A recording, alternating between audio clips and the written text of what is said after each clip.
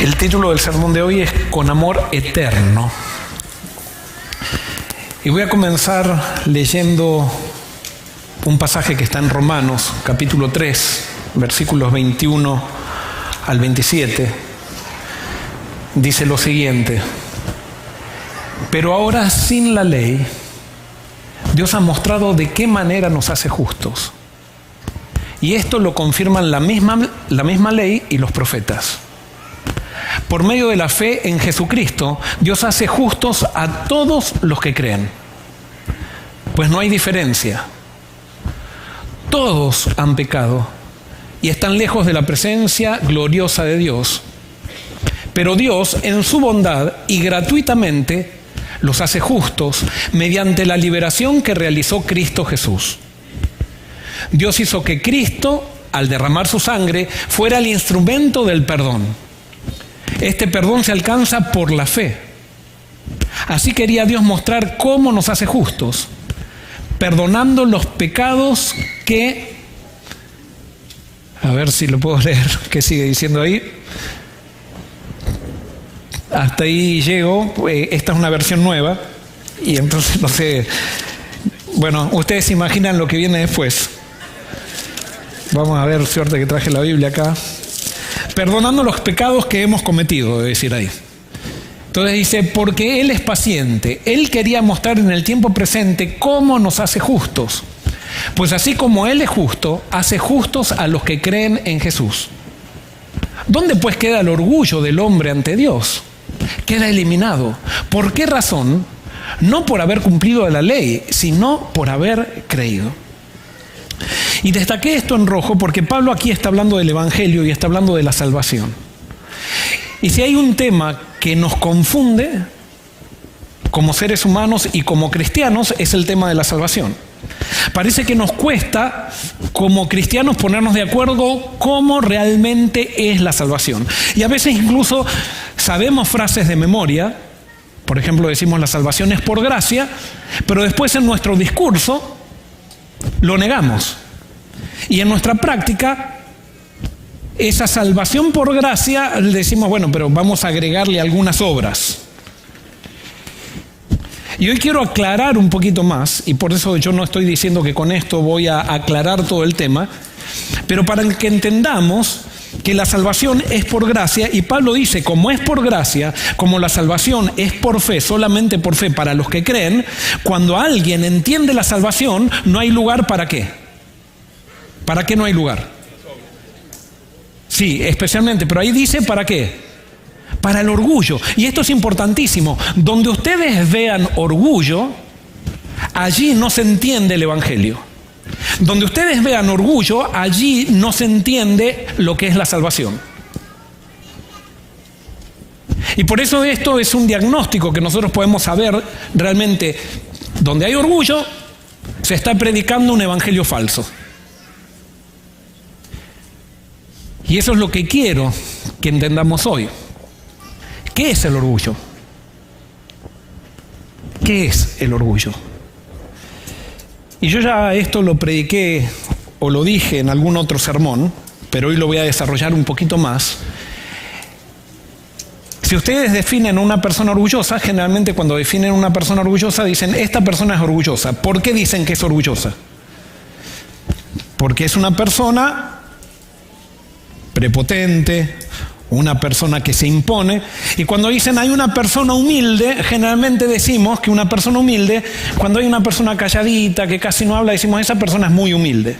¿Y saben qué? Podemos estar totalmente confundidos con respecto a lo que es el orgullo y la humildad. ¿Por qué? Porque ¿qué es el orgullo? El orgullo es inseguridad. El orgullo es inseguridad. Cuando ustedes ven una persona orgullosa es porque hay una persona insegura detrás de ese orgullo. Eso es una ley, no tiene excepción. El orgullo es inseguridad. ¿Y por qué es el orgullo? ¿De dónde viene el orgullo? ¿Dónde comenzó el orgullo? En la experiencia del ser humano. ¿Dónde comenzó? El orgullo comenzó en el Edén. ¿Por qué? Porque el orgullo es el resultado que se experimenta después del quiebre de una relación de amor. Cuando se quiebra una relación de amor, viene el orgullo, que es ¿qué? ¿Qué es el orgullo? Es inseguridad. Cada vez que se quiebra una relación de amor, genera inseguridad, y esa inseguridad, como resultado, trae orgullo. Porque ¿qué es lo que hace el orgullo? ¿Qué es el orgullo? El orgullo es buscar llenar ese vacío que me generó el quiebre de una relación de amor con otra cosa que no es amor. La persona que no se siente amada, la persona que tiene un vacío de amor, buscamos llenar ese vacío de amor con alguna cosa, buscamos seguridad en alguna cosa. Y si no la encontramos en el amor, nunca vamos a dejar de ser orgullosos. Y nunca vamos a tener seguridad. Adán y Eva, antes de pecar, estaban seguros. Pero cuando pecaron, comenzó un proceso de inseguridad que se manifestó en orgullo. Cuando pecaron, ¿qué es el pecado? Es cortar una relación de amor con Dios. Ellos se separaron de Dios, y cuando se separaron de Dios, comenzó la inseguridad. Y cuando comenzaron a experimentar seguridad, buscaron llenar esa inseguridad o suplir esa inseguridad con algo que no era Dios.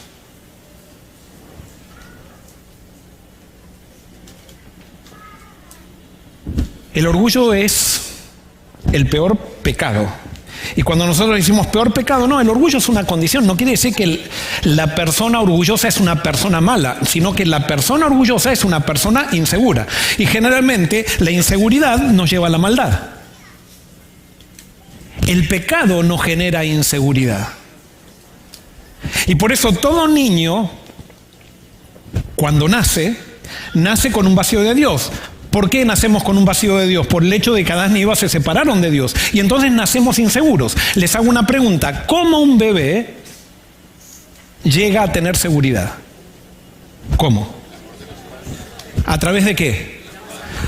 A través del amor de los padres, que suplen o son, digamos, los representantes. Para un niño son los representantes de Dios aquí en la tierra.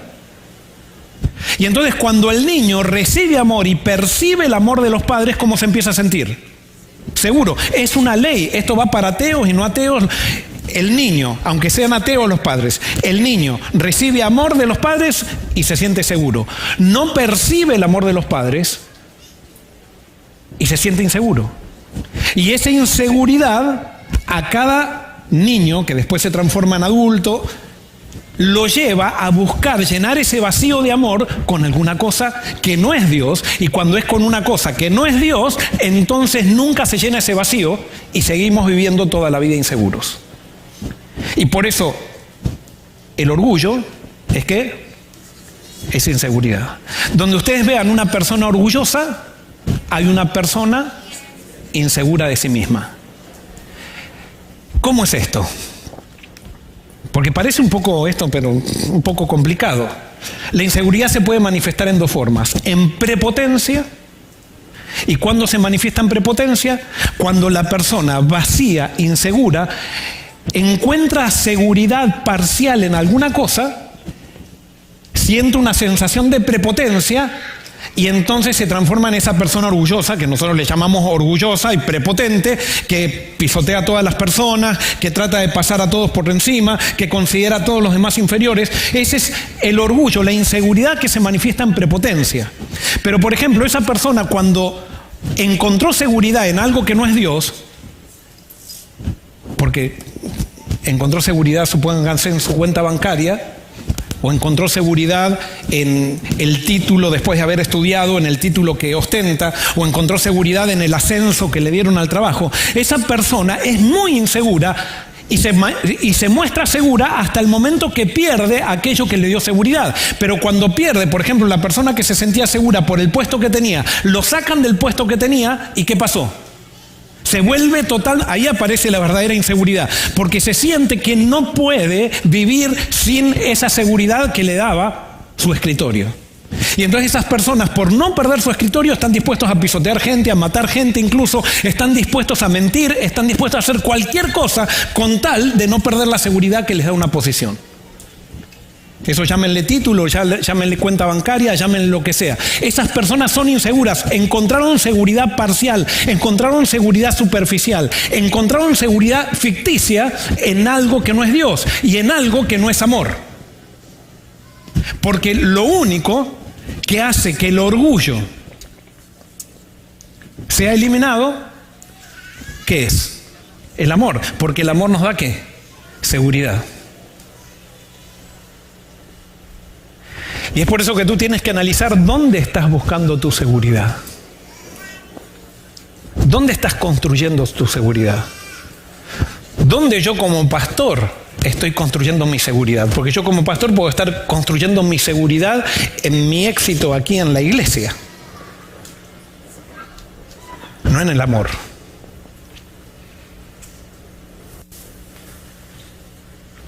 La inseguridad también se puede manifestar, como decíamos, en prepotencia, pero se puede manifestar en el otro extremo, en desvalorización.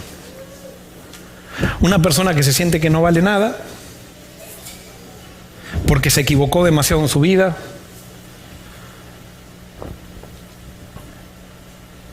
porque incluso no recibió o no percibió el amor de los que eran importantes en su vida como para sentirse seguro. Y nunca pudo llenar con cosas superficiales ese vacío. Entonces esta persona no siente que encaja en la sociedad por el hecho de que se siente vacía siempre, por falta de amor. Y entonces ahora sí, yo ya me estoy anticipando, pero ¿cuál es la solución para el orgullo o la inseguridad? Recién lo dijimos. ¿Cuál es? Es el amor. Y por eso el amor es lo más importante. El orgullo no se soluciona diciendo ahora yo voy a parecer humilde. Porque vieron que muchas veces jugamos a ser humildes. No, el orgullo solamente se soluciona recibiendo amor. Podemos parecer humildes, pero eso no nos hace dejar de ser orgullosos. El orgullo, la inseguridad, solamente se lo puede superar con el amor. ¿Qué tipo de amor?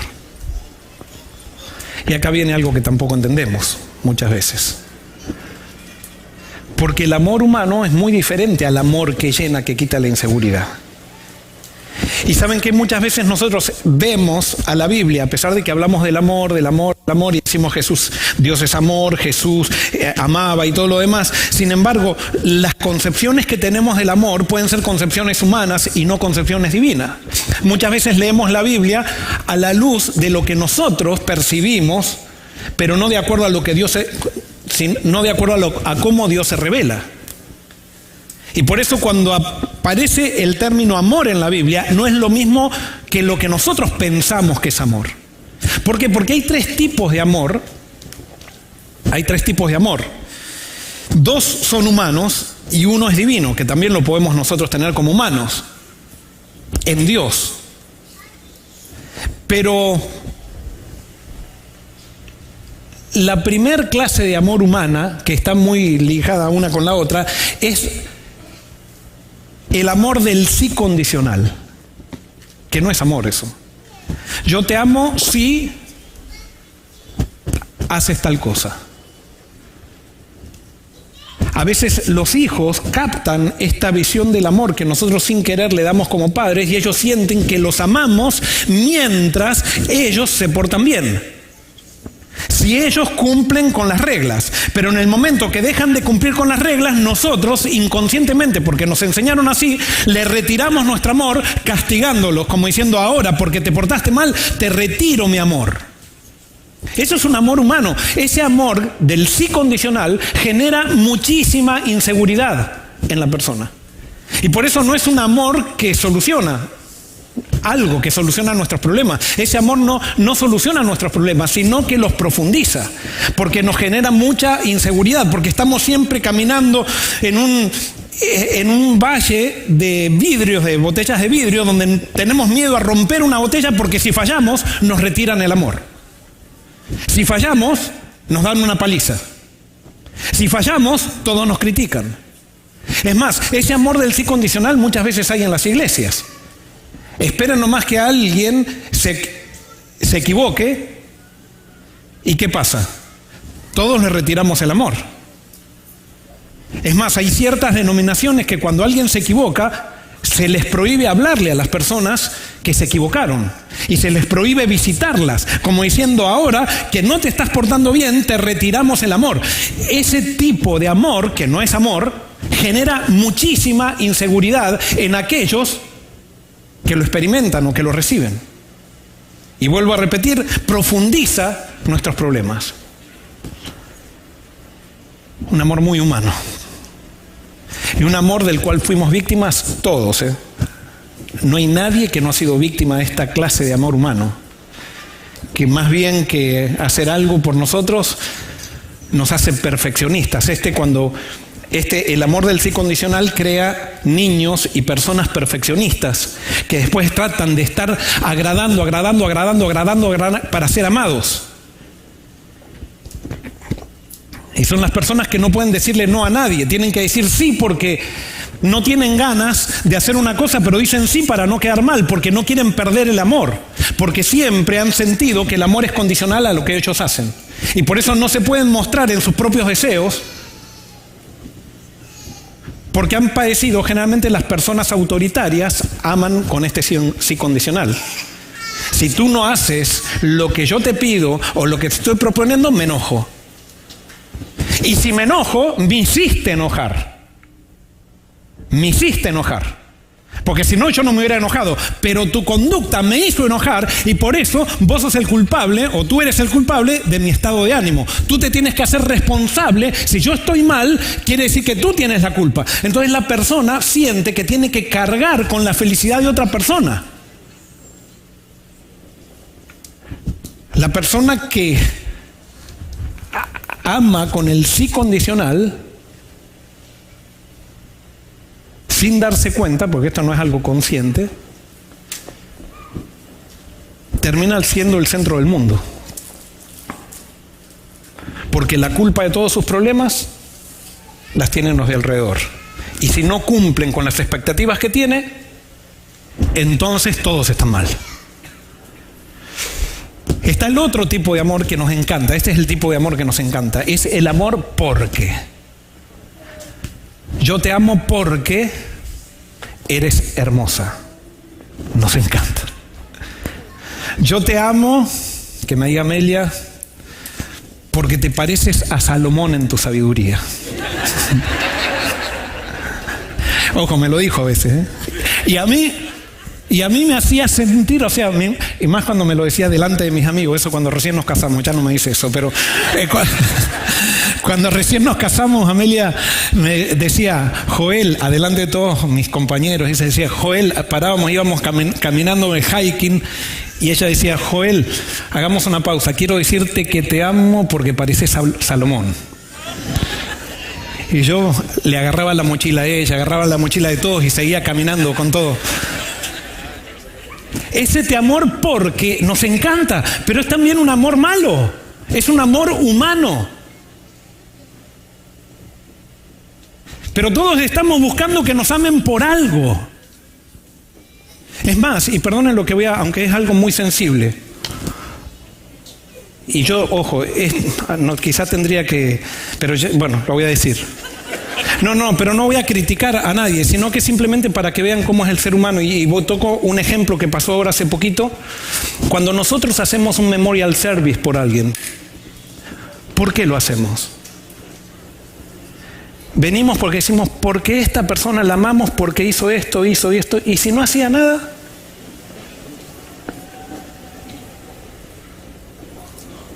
¿Y si no hacía nada?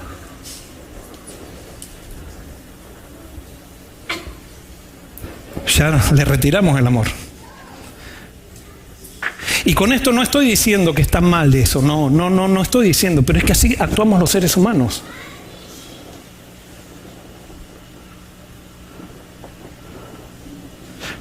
queremos amar porque nos merecemos el amor. Y después está el amor de Dios, que es el amor agape, que es muy diferente al amor del ser humano. Es un amor sobrenatural que no existe en el ser humano. El ser humano tiene amor del sí condicional y de amor porque. Pero no tenemos nosotros el amor a pesar de. Ese es el amor de Dios. Y es el amor, el único amor que da seguridad.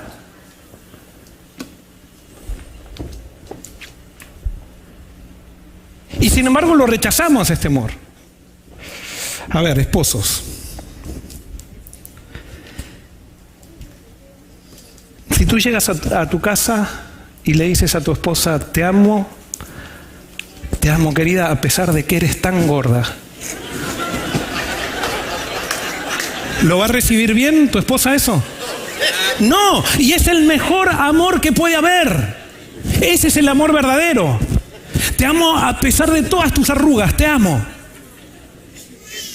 A medida que nos vamos haciendo viejos, nos vamos dando cuenta que ese es el amor verdadero. Pero cuando somos jovencitos, no queremos eso. Que nos digan te amo a pesar de que tienen los dientes chuecos. No nos gusta. Es más, nos sentimos ofendidos que nos amen así. Y ese es el único amor que nos puede dar seguridad. Ese es el único amor que realmente nos hace estar en paz. Ese es el único amor que cuando lo sentimos podemos decir, yo estoy lejos de la persona que me ama y me siento seguro. Porque ese amor no está basado en una condición ni está basado en una razón. Simplemente el amor que ama a pesar de, ama porque ama. Y ese es el amor de Dios. Y ese es el amor ágape que muestra la Biblia, que es el amor que dio Jesús. Ese es el amor que sana. Ese es el amor que todos, que tú y yo necesitamos. Para entender, y ahora viene el tema de la salvación, para entender la salvación no necesitamos entender qué debemos hacer, sino que debemos entender quién es Dios. Estamos tan preocupados con la salvación y siempre decimos ante la salvación, ¿qué debemos hacer? No, lo importante no es lo que debemos hacer, lo importante es descubrir quién es Dios. Y por eso este versículo que tanto lo repetimos, dice, el que no ama no ha conocido a Dios, porque ¿Dios qué es? Dios es amor. No dice que Dios tiene amor, dice Dios es amor. Dios es agape. Dios ama a pesar de. Dios no te pide condiciones para amarte. Dios no te dice yo te amo porque, sino que Dios te dice yo te amo porque te amo. Y ese es el amor que sana. No hay otro amor que sane. Ese es el amor que quita el orgullo. Ese es el amor que quita la inseguridad.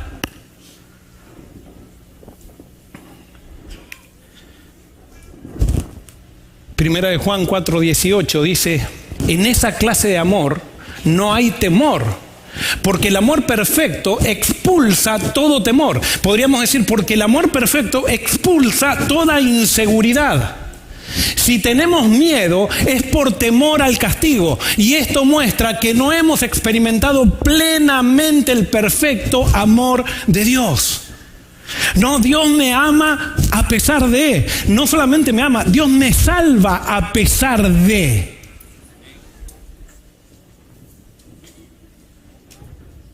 Por eso la salvación es por gracia. Si no fuera por gracia, entonces sería de otro tipo de salvación. Pero cuando dice que la salvación es por gracia, es porque la salvación está centrada en cómo Dios me ama y no en cómo yo lo amo a Él.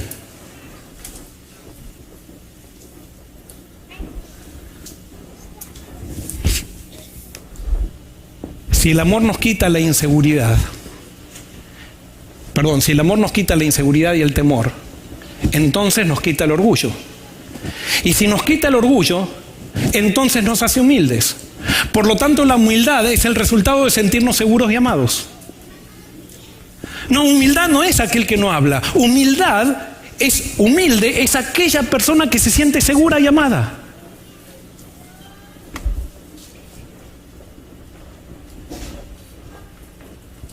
Humildad no es sinónimo. Esta sociedad nos ha hecho creer que humildad es aquel que no se anima a hacer cosas. No, una persona que hace miles de cosas, y especialmente los humildes, puede ser que sean los que más hagan cosas. Porque la humildad es el resultado de llenar el vacío que tengo de una relación de amor con el Dios que es amor.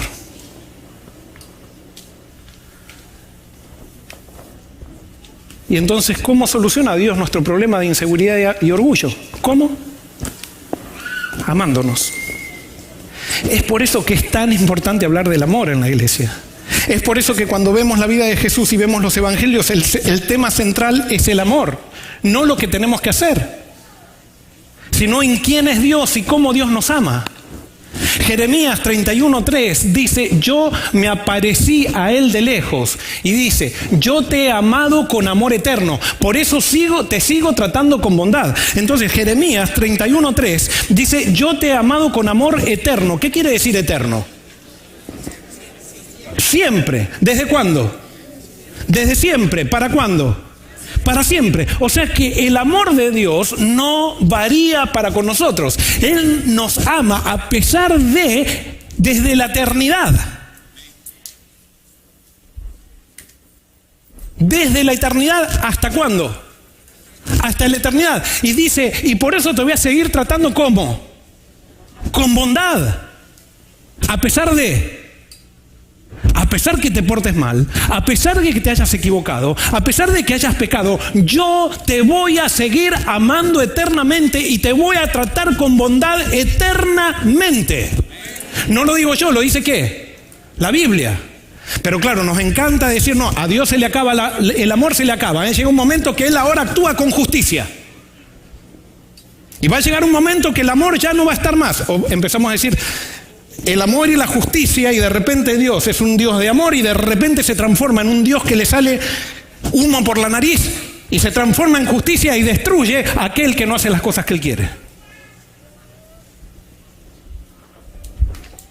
No, ese es el Dios que describe nuestra humanidad,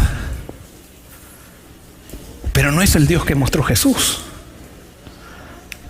Romanos 5:8 dice, pero Dios demuestra su amor para con nosotros en esto, en que cuando todavía éramos pecadores, Cristo murió por nosotros. ¿Cuándo nos salvó Dios? ¿Cuándo? Cuando éramos ¿cuándo? Pecadores. Y les hago una pregunta, ¿un pecador qué es?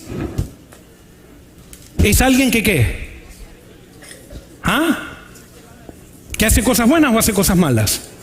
Hace cosas malas. Y dice que Dios me amó cuando yo era pecador. No dice, cuando te portaste bien, Dios te amó y Dios te salvó. No, cuando me porté mal, cuando estaba lejos de Él, cuando no quería saber con Él nada, Él salió a buscarme y Él me amó con amor eterno, porque ya me amaba desde antes. No es que me amó para salir a buscarme y después que yo venga a dar testimonio y Dios decir, qué bien, gané a uno más, alábenme. Porque a veces nuestra obra misionera que hacemos nosotros con ese amor que queremos sobresalir nosotros, hacemos una actividad misionera para después decir, ese trajo tantas personas a la iglesia. ¿No escucharon eso?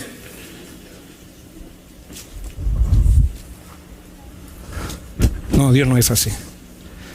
Dios cuando ama no ama por causa de Él sobresalir, sino ama porque te ama. A pesar de...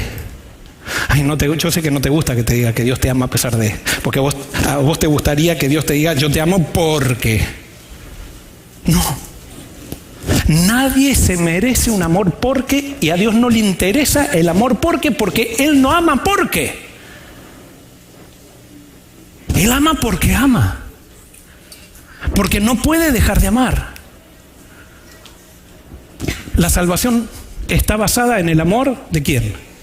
De Dios. Por lo tanto, la salvación, hermanos y hermanas, esto es algo importantísimo. La salvación tiene que, si está basada en ese amor, tiene que ser de una manera que cumpla los principios del amor agape.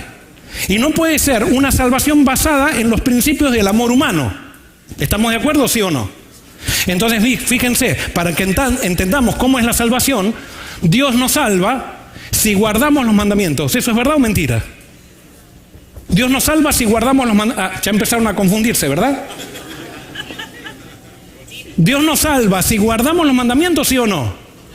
No, Dios no nos salva si guardamos los mandamientos. Dios me salva porque me salva. Porque si no, no sería salvación por gracia, sería salvación porque guardamos los mandamientos. Y justamente eso era lo que quería Pablo que entiendan los cristianos, y los cristianos no les entraba en la cabeza, como a nosotros no nos entra en la cabeza. Dios no nos salva si guardamos los mandamientos. Y yo sé que ahora ya se van a empezar a enojar conmigo, también los de internet, estoy seguro. Y está bien, ojo, yo puedo estar equivocado. Pero simplemente estoy tratando de ser lógico con lo que estamos diciendo, lo que Dios dice en la Biblia, no con lo que a mí se me... El amor de Dios en la Biblia no es el amor sí condicional y porque, es el amor agape. Entonces yo tengo que crear un modelo de salvación basado en el amor de Dios, no basado en el amor del ser humano. Vamos a la segunda manera de ver la salvación. Dios nos ama porque fuimos transformados por el Espíritu Santo. Dios nos salva porque fuimos transformados por el Espíritu Santo. ¿Eso es verdadero o falso? Ustedes ya saben que puse ahí mentira. Eso es mentira. Dios no nos salva porque fuimos transformados por el Espíritu Santo. Porque entonces cuando salvación y amor es más o menos lo mismo. Más o menos, no es igual, pero más o menos lo mismo. Pero cuando tú piensas que Dios te salva por ser transformado, piensas que te ama por ser transformado. Entonces tú vas caminando y por ahí tienes un error y te miras y dices, todavía no estoy transformado, entonces estoy perdido. No, Dios no te salva porque eres transformado. Porque si no, eso sería salvación porque. ¿Me explico?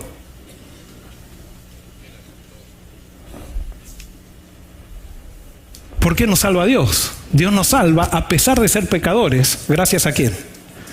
Gracias a Jesús. ¿Y cuándo fue dada esa salvación? ¿Cuándo? Desde la eternidad, lo dice la Biblia, no lo digo yo. La salvación ya ha sido dada desde la eternidad. Sin que nosotros hagamos algo, sin que hayamos guardado ningún mandamiento, sin que nos haya transformado el Espíritu.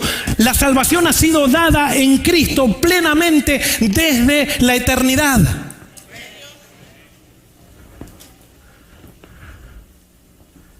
Y si no fuera salvación por gracia. Eso es salvación por gracia. Cuando yo ya nazco con la salvación que Dios me ha dado.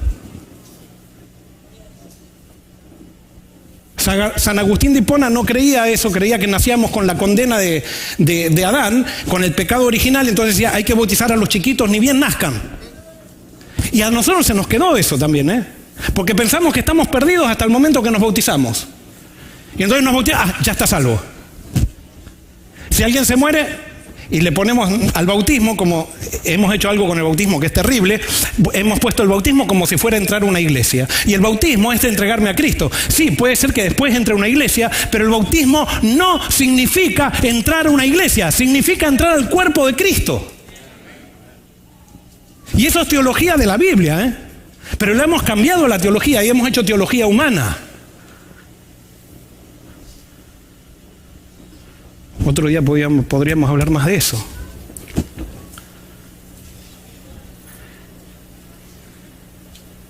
El bautismo confirma la decisión que Dios ya tomó en la eternidad de salvarme, pero no me hace salvo. ¿Por qué nos salva Dios? ¿Por qué te salva? ¿Por qué? Porque te ama. ¿Desde cuándo? Desde la eternidad. Desde la eternidad. Ahora, alguien puede decir, pero la Biblia dice que hay que creer. Sí, ahí está el problema. Es que si tú no lo crees, ¿cómo actúas? La creencia crea una realidad dentro nuestro que puede ser diferente a la realidad que Dios ya creó. Entonces, si yo no creo que Dios me salva, entonces yo voy a actuar como si Dios no me hubiera salvado, por más que Dios ya me salvó. Y por eso es tan necesaria la creencia. Por eso en todos lados, Pablo dice en Romanos, en Gálatas, en todos lados, crean. Jesús decía, crean. Hay que creer. Porque yo ya les di todo, pero si no creen, no pueden tener acceso o no pueden experimentar aquello que yo ya les di.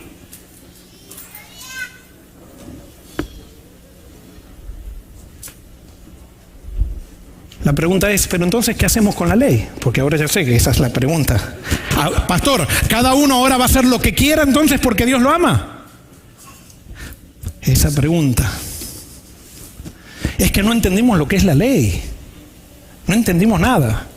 Y ojo, cuando yo digo esto, no estoy poniéndole a ustedes ignorantes. Yo no entendí lo que es la ley, pero era pastor y predicaba todo algo dado vuelta. ¿Por qué? Porque yo no leía la Biblia a través de Jesús. Leía la Biblia a través de la doctrina que me habían enseñado desde chiquito.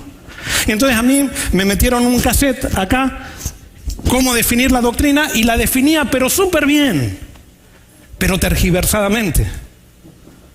Porque definía la doctrina de una iglesia y no la doctrina de Dios. Alguien puede decir, pero ¿está mal que las iglesias tengan doctrinas? No, no estoy... Otro día podemos hablar de eso, aunque ya he hablado mucho de eso. Pero, y esta es la vida eterna, que te conozcan a ti, el único Dios verdadero, ¿y a quién? Y a Jesucristo. ¿Qué hacemos entonces con la ley? ¿La tiramos? No sirve de nada. Y vamos a hacer un ejemplo. Ustedes van a hacer un test de visión. Y entonces les pone el oftalmólogo, le pone el optómetra se dice. Bueno, el optometrista les pone ese cartel y ustedes ¿qué leen ahí? De acuerdo a ese cartel, él va a ver qué pasa, va a ver cómo está qué. Los ojos de ustedes. Y entonces cuando ustedes ven un cartel así, ¿sus ojos están bien o están mal? Les hago una pregunta, ¿el problema está en el cartel o está en los ojos de ustedes? ¿Cómo? ¿Está en el cartel? ¿En dónde está el problema? El cartel es la ley. El cartel es la ley. Pero entonces ustedes dicen, hay un problema que no puedo leer bien, entonces me voy a esforzar para leer. ¿Van a poder leer? No. Sí, a lo menos van a empezar a hacer los ojos así, como un chino o algo por el estilo, pero no van a poder, por más que se esfuercen, no van a poder, porque ¿qué es lo que necesitan? Necesitan lentes. El problema no está en el cartel, el problema está en los ojos de ustedes y en los ojos míos. Hasta que no me den lentes, yo no puedo leer bien. Entonces me tienen que dar lentes y cuando me dan lentes, entonces ahora sí leo bien. Pero el problema no estaba en el cartel, el problema estaba en que me hacían falta lentes. Cuando yo estoy lejos del amor de Cristo, cuando vivo en inseguridad, pienso, y perdonen que siempre utilizo este ejemplo, pero pienso cuando leo la ley la veo borrosa. La veo borrosa a la ley. Y entonces pienso, como la veo borrosa, como tengo un vacío en el corazón, digo, yo voy a ser feliz cuando adultere, cuando tenga 2 amantes. Porque veo la ley mal. Porque veo la ley mal.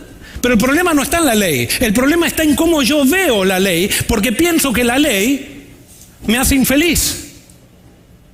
Y la ley no me hace feliz ni infeliz, como este test no me hace ver o no ver. Yo ¿qué es lo que necesito? Lentes. ¿Y cuáles son los lentes que me hacen ver la ley bien? Ese lente se llama, vamos primero a analizar, de manera general, se llama amor. Cuando yo entiendo lo que es amar, ya no digo, ahora voy a ser feliz adulterando. ¿Quién va a ser feliz adulterando? Yo voy a tener placer, ¿por cuánto? Hasta que te dure la novela. Se acaba la novela y tenés el mismo problema que tenías antes y peor. Él me dice, no, pastor, es que yo ya no aguanto a mi esposa, me voy a ir con otra. Ándate. Dios no te lo prohíbe, ándate y probá. Probá. Deja rotos los corazones de tus hijos, deja roto el corazón de tu esposo o de tu esposa, deja roto el corazón de toda la gente y anda, probá si sos feliz. Probá. ¿Te crees que Dios te dice, no pruebes porque te voy a mandar un rayo? No, probá. Es que Dios no te va a castigar, te va a castigar la vida. te va a castigar la vida. Dios no castiga a nadie, te castiga la vida. Y por eso Dios no desecha incluso al que adulteró. Porque el que adulteró, ¿por qué adultera? Es por causa del orgullo. ¿Y el orgullo es símbolo de qué? De inseguridad. El que adultera es porque tiene una inseguridad tan grande y en vez de llenar ese vacío que tiene en el corazón con el verdadero amor de Dios, trata de buscar en otras cosas que no le van a llenar ningún vacío y cada vez va a estar de mal en peor. Es el amor la solución. Cuando vemos la ley borrosa tenemos un problema con los lentes. Y perdonen, ¿no?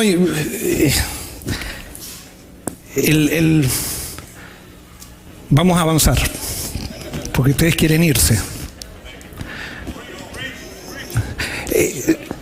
Claro, si yo les puedo decir, váyase, todo el que quiera irse, váyase, va a haber gente, y ya van a ver por qué, que no van a decir, no me voy a ir, voy a quedar mal adelante de todos. Pero el que está quedando mal ahora soy yo, porque me estoy alargando en el sermón. Pero con esto vamos a ir terminando. 4 características de personalidades inseguras según la psicología. O sea, ¿cuáles son las 4 características de personalidades, podríamos decir, que dudan del amor? Personas que no han experimentado el amor ágape. Y vamos a la primera. Tienen un miedo irracional al fracaso. Y si tuviéramos tiempo les hubiera contado una experiencia. Pero esto se debe a los pensamientos negativos que continuamente pasan por sus cabezas, teniendo un diálogo interno muy pesimista.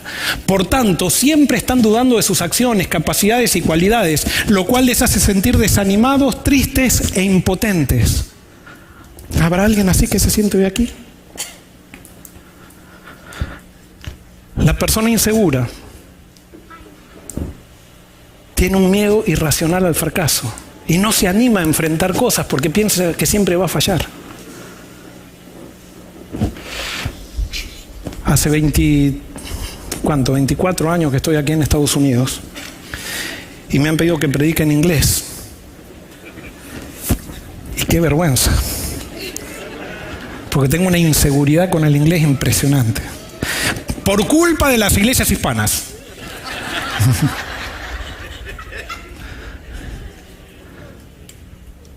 Pero yo sé que estoy tarde, pero se los voy a contar. Estábamos con mi esposa y estábamos en un lugar que era común en la iglesia, en una institución bastante grande, y en eso nos cruzamos en el pasillo con una persona que yo había visto cuando estaba en Argentina. Esa persona tenía un puesto muy grande y viajaba en Argentina y daba sermones y escribió libros, y a mí me hizo vibrar con los sermones que escribía. Y yo siempre luché por aprender inglés. La razón por la cual vine a Estados Unidos, la razón principal fue aprender inglés. Para que vean el nivel de inseguridad que tengo. Para que vean el nivel de orgullo que tengo. Y bueno, de a poquito, no les voy a contar toda la historia porque sería muy larga, pero resulta que esta persona era una persona que había trabajado en las grandes instituciones y todo eso, y no sé por qué me saludó. Estábamos con Amelia, nos saludó y nos dice, ¿quieren venir esta noche a casa a comer? Y yo digo, con esta persona que yo conocía allá, que iba y habla inglés. Y entonces dije, sí. Y fuimos esa noche, que nos llamó mucho la atención, y realmente tuvimos una cena espectacular hablando en inglés. Y en mi inseguridad, cuando salí de esa casa, ya salí bilingüe de esa casa. O sea, yo decía, ya. Y se desarrolló una amistad muy linda. Con esa gente, que iban a nuestra casa, y entonces yo, cuando me encontraba con gente, salía mi inseguridad y decía, yo soy amigo de tal persona importante. Pero no habla inglés. Sí, habla inglés, lógico. Y me invita a cenar. O sea que vos también estás hablando en inglés. Bueno, estamos ahí. Bueno, yo estaba adquiriendo una seguridad artificial, Y después de un año que fuimos amigos, y eso, un día nos invitan a cenar a la casa. Jeremías era chiquito y lo pusimos a dormir a Jeremías en el sillón. Yael era chiquitita, la pusimos también a dormir. Y Eliana, ya estaban los tres, ahora me estoy acordando. Los tres durmiendo en el sillón, y como estaba tan linda la sobremesa, nos quedamos charlando hasta tarde. Y en eso, cuando estábamos en la sobremesa, surge una conversación teológica. Y entonces esta persona me dijo que Pedro, Dios lo perdonó, Jesús lo perdonó porque él era sincero. Y yo cometí el grave error de cuestionar. Y dije, no, a mí me parece que Pedro fue perdonado solamente porque Jesús lo amaba, no porque era sincero. Y entonces él dijo, no, Pedro fue perdonado porque era sincero. Si no hubiera sido sincero, no hubiera sido perdonado. Y le digo, no, a mí me parece que no. Bueno, yo pensaba que teníamos confianza como para desafiar la cuestión. Resulta que en determinado momento Amelia estaba hablando con la esposa de él. Él empezó a gritar, me empezó a gritar y me empezó a decir de todo. Y en un momento me dijo que me calle, que yo no tenía por qué discutir con él. Y a mí me llega, que me da vergüenza decirlo, pero me sacudió tanto eso que me largué a llorar ahí como un niño adelante de todos. Me dio una vergüenza terrible.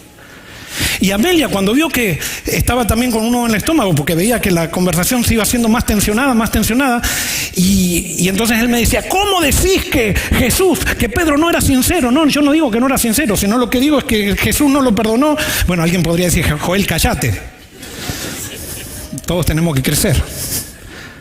Y entonces Amelia, para salvar las papas, dice, no, lo que pasa es que Joel no debe haber entendido bien, por eso. Y yo había entendido todo. Es más, ya era bilingüe para esa altura. Y entonces cuando Amelia dice eso, entonces él así con autoridad dice, entonces que se calle la boca y que no discuta de teología si no sabe inglés. Es más, ni pastor puede ser. Y para mí eso fue como una daga que entró en mi corazón. Y toda la seguridad artificial que había creado en esa etapa que estaba viviendo de bilingüe, se me vino abajo porque admiraba mucho a esa persona.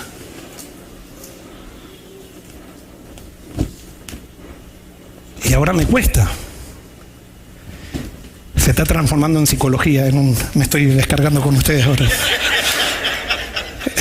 Son mis psicólogos ustedes. ¿Pero por qué? Por mi inseguridad. Mi inseguridad artificial me quitó la habilidad que yo estaba desarrollando. Y con eso no le echo la culpa. Yo voy a predicar en inglés algún día también acá.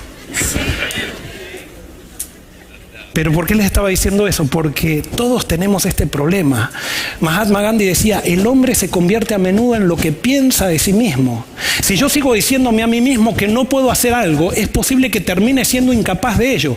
Al contrario, si tengo la creencia de que puedo hacerlo, seguramente adquiera la capacidad de hacerlo, incluso si no puedo al principio. Y alguien puede decir, no, pero esto es muy humanista, Mahatma Gandhi lo dijo, no lo dijo Jesús. ¿No lo dijo Jesús esto? Pero claro que lo dijo Jesús. Hágase conforme a qué, decía Jesús. Conforme a tu fe. Si tú crees, es posible. Si no crees, no va a ser posible nunca. Porque tu creencia determina las realidades interiores que tú vives. Y entonces por eso es necesario que creamos en lo que Dios dice. No es necesario que creamos en lo que sentimos, sino en lo que Dios dice. Y si Dios dice, todo lo puedo en Él que me fortalece, todo lo puedo en Él. Pero el problema es que no queremos creer porque preferimos seguir creyendo en el amor del sí condicional, que queremos seguir creyendo en el amor que me amen que me amen porque hablo inglés, que me acepten porque hablo, porque no hablo. O sea, no. Dios me ama porque me ama y me ama a pesar de, y Él quiere que sepa que puedo enfrentar la vida porque Él ya ha dado una orden de salvarme desde la eternidad. Sin mí, dijo Jesús, nada podéis hacer. Y cuando dijo sin mí nada podéis hacer, con eso estoy infiriendo que todo podemos hacer con Él. Creer es la solución. Y por eso es tan importante el creer. La segunda característica de la inseguridad es que se comporta constantemente con los se comparan constantemente con los demás. Están constantemente comparándose con el resto para sentirse mejor. Cuando lo hacen, únicamente se fijan en personas a las que consideran de algún modo inferiores. Y si perciben que otro es mejor que ellos, suelen experimentar una fuerte sensación de envidia. Cuando ustedes ven a un envidioso, es porque es una persona insegura. Cuando ustedes están, la persona competitiva, vieron que tiene que ganar en todas las cosas que hace. Esa persona es insegura, no tiene el amor de Dios en su corazón, y como tiene un vacío de amor, entonces tiene que ganarle a todo el mundo para sentirse que es alguien. Y por eso, si alguien te envidia, ¿cuál es la solución? Tienes que amarlo.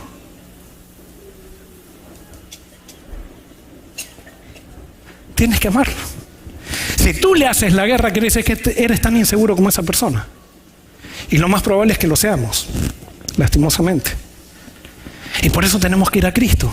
Jeremías 1:5 dice: te conocí antes de haberte formado en el vientre de tu madre. Antes de que nacieras te aparté y te nombré por profeta a las naciones. O sea que Dios te dio una misión. Y esto es importantísimo. Cada uno de nosotros tiene una misión que Dios le ha dado, y es solamente tú eres el único que puede cumplir esa misión. Si tú no cumples esa misión, no la puede cumplir otro. Dios te ha elegido para eso. Y si tú entras en la misión de tu vida, Dios no te va a amar porque, sino que Dios, el amor de Dios, te va a llevar a cumplir aquello que te va a dar plenitud en esta tierra. Y por eso todo aquel que es amado por Dios cumple un propósito. Y cuando cumple el propósito, se siente realizado. Somos únicos en Cristo. La tercera característica de las personas inseguras es que muestran celos en sus relaciones sociales. Tienden a ser celosas, ya que desconfían de sí mismas y de los demás. Pueden experimentar celos en todo tipo de relaciones, entre amigos, entre familiares o incluso entre compañeros de trabajo. Esto hace que muchas personas inseguras teman y eviten cualquier compromiso interpersonal. O sea, se sienten inseguras por todo. Dicen que las personas también inseguras son ofendidizas y por eso no les gusta ir a los partidos de fútbol americano, porque cuando se juntan los jugadores así con la pelota, que no sé bien las reglas, ellos piensan que están hablando mal de ellos, entonces se sienten mal. Pero hay personas que están continuamente inseguras y se sienten, si tienen un amigo y ven que el amigo está comiendo con otra persona, y se sienten inseguras y le hacen la cara larga porque no, yo solamente puedes ser amiga mía o amigo mío, pero no puedes tener otro amigo. No, eso es inseguridad, eso es orgullo. Y por eso Dios creó la iglesia, porque la iglesia nos da la oportunidad de incluir a todos, de suplir la inseguridad. Dice Efesios 3:6, y el plan de Dios consiste en lo siguiente: tanto los judíos como los gentiles que creen la buena noticia gozan por igual de las riquezas heredadas por los hijos de Dios. Ambos pueblos forman parte del mismo cuerpo y ambos disfrutan de la promesa de las bendiciones porque pertenecen a Cristo Jesús. Cuando Pablo dijo esto, para los judaizantes era terrible. Decir que los gentiles eran del mismo cuerpo que los judíos, no. Y se oponían a Pablo porque eran orgullosos, porque eran inseguros. Cuando ustedes vean una iglesia que dice, nosotros somos los únicos, todos los demás tienen que venir a nosotros, los demás no están con Dios, somos nosotros los que tenemos la verdad y somos los únicos. Esas iglesias son iglesias inseguras, esas iglesias son iglesias orgullosas, esas iglesias son iglesias que están predicando la salvación por las obras. Y no entendieron el mensaje de Dios, que Dios nos ama a pesar de, Dios te ama y te salva a pesar de que creas una doctrina incorrecta. Y alguien puede decir, pastor, que las doctrinas no son importantes. Sí, son importantes. Pero las doctrinas no nos salvan, si no nos salvaríamos por creer una doctrina y no sería salvación por gracia. El exclusivismo religioso es de personas que no se sienten amadas. Y termino, hermanos, perdonen, tienen que perdonarme de todo esto. Las personas inseguras tienden a ocultar sus inseguridades. Pueden utilizar ciertas estrategias para disimular su inseguridad, una apariencia impecable. Presumir de sus pertenencias, posiciones y logros. Están hablando de todo lo que ellos logran, de lo que hacen, de lo que lograron. Y con eso tapan su inseguridad. Tratan de llamar la atención con sus talentos. Y no quiere decir que todo el que usa talentos que usa talentos públicamente está queriendo llamar la atención. Pero cada vez que tú y yo estemos usando nuestros talentos y estemos sintiendo a ver cómo me están mirando, cómo están diciendo, cómo... ahí hay inseguridad y hay orgullo.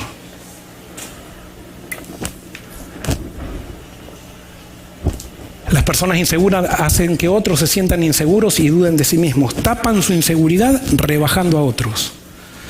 Cuando ustedes vean a alguien rebajando a otra persona, insultando a otra persona, esa es una persona insegura. Cuando ustedes vean a alguien que es muy duro con las demás personas, es una persona insegura. Pero entonces, ¿cómo se vence la inseguridad? Amando. Y por eso Jesús dijo, yo quiero decirles que en ustedes está el remedio. Si ustedes me dejan a mí estar en sus vidas, amen incluso a tus enemigos. Porque cuando ames a tu enemigo, lo vas a sanar. Pero Señor, yo no quiero que mi enemigo se sane. Yo quiero que se destruya por ti en el infierno. Es que yo no voy a destruir a nadie en el infierno. El infierno son aquellas cosas, son las consecuencias de rechazarme, son las consecuencias de no querer vivir conmigo. Ese es el infierno. Pero yo no voy a destruir a nadie porque yo he venido para salvar, no he venido para destruir. Yo he venido para dar amor, incluso amar a mis enemigos. Y por eso cuando Jesús dijo, Padre, perdónalos porque no saben lo que hacen, estaba hablando a unas personas que lo estaban crucificando. Él estaba curando a esas personas con el amor. Él estaba haciendo guerra a esas personas con el amor. Y por eso cuando alguien te tire piedras, cuando alguien te persiga, cuando alguien hable mal de ti, ama.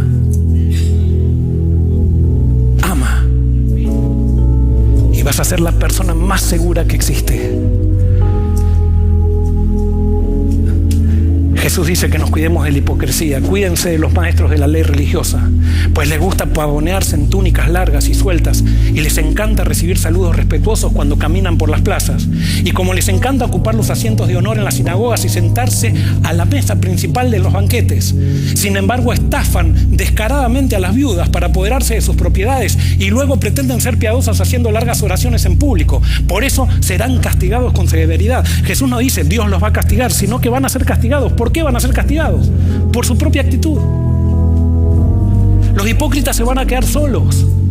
Los hipócritas que tratan de tapar su inseguridad con todas estas características que la psicología decía. He descubierto que hay muchos que hemos decidido estudiar pastorado porque somos muy inseguros y necesitamos estar en una plataforma para tener una seguridad artificial y después pisotear a la gente por la posición que ocupamos. Que Dios nos libre de nosotros mismos. Con Jesús no necesitamos ser hipócritas porque Él es perdonador. No necesitamos esconder nuestras inseguridades. Él nos acepta como somos. No necesitamos mostrar que tenemos una familia perfecta. No necesitamos mostrar que somos la persona perfecta o el pastor perfecto o el primer anciano perfecto o el maestro de escuela sabática perfecto. No, somos todos pecadores y estamos todos desesperadamente necesitados del amor de Jesús. Y mientras seamos vulnerables y le digamos, Jesús, aquí estamos, así como somos, me rindo a ti, Él me va a dar su amor y me va a decir, con amor eterno te he amado y te amaré hasta el fin. Y eso me va a dar la seguridad que necesito para ser parte de ese pueblo final que describe Sofonías 3:12, que dice, en medio de ti dejaré un pueblo humilde, pobre, el cual se refugiará en el nombre del Señor. En otras palabras dice, en medio de ti dejaré un pueblo humilde y pobre, el cual se refugiará en el amor del Señor. Ese es el nombre del Señor. Hace mucho tiempo se me apareció el Señor y me dijo, con amor eterno te he amado, por eso te sigo con fidelidad. Esa promesa es hoy para ti y para mí. Dios nos ama a pesar de nosotros.